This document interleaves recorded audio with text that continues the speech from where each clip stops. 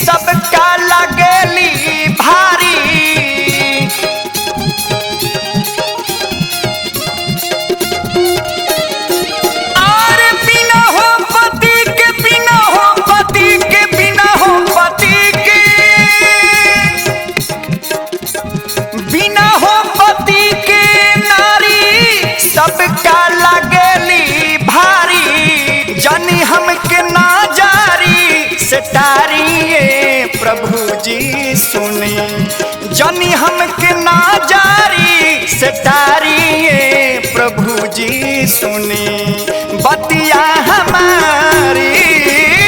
कैसे रही है पाती बीनु नारी प्रभु जी सुनी बतिया हमारी।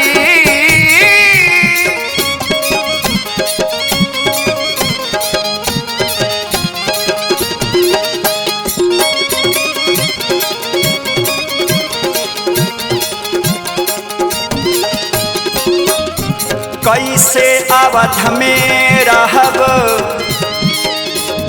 बिरह के दुख सहब,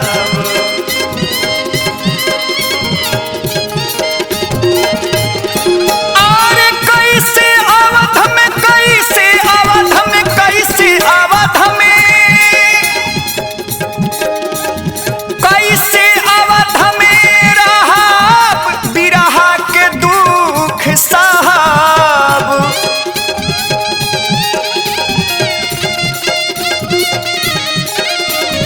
कैसे अवध में रहब बिरह के दुख सहब। ना चाही महल अटारी प्रभु जी सुनी,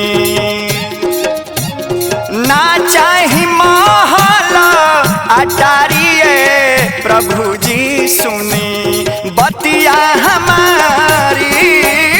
कैसे रही रही है पाती बीनु नारी ये प्रभु जी सुनी बतिया हमारी।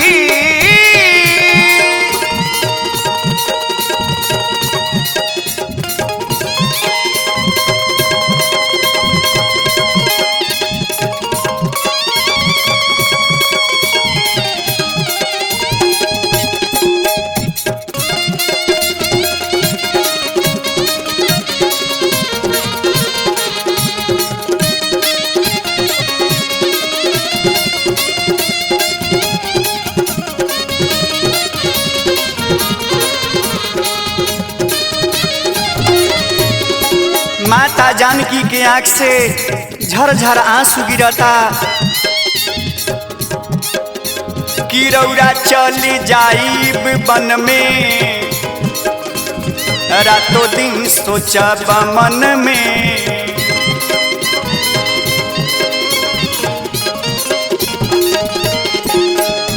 रौरा चली जाइब वन में,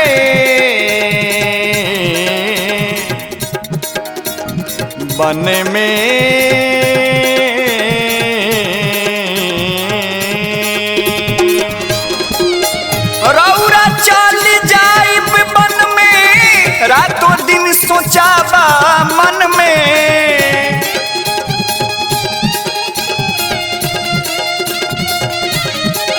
अरे रौरा चली जाइब, रौरा चली जाइब, रौरा चली जाइब, रौरा चली जाइब वन में, रातों दिन सोचाबा मन में। राहुल विनोद के सुनीली लाचारी है प्रभु जी सुनी। राहुल विनोद के सुनीली लाचारी है प्रभु जी सुनी बतिया हमारी।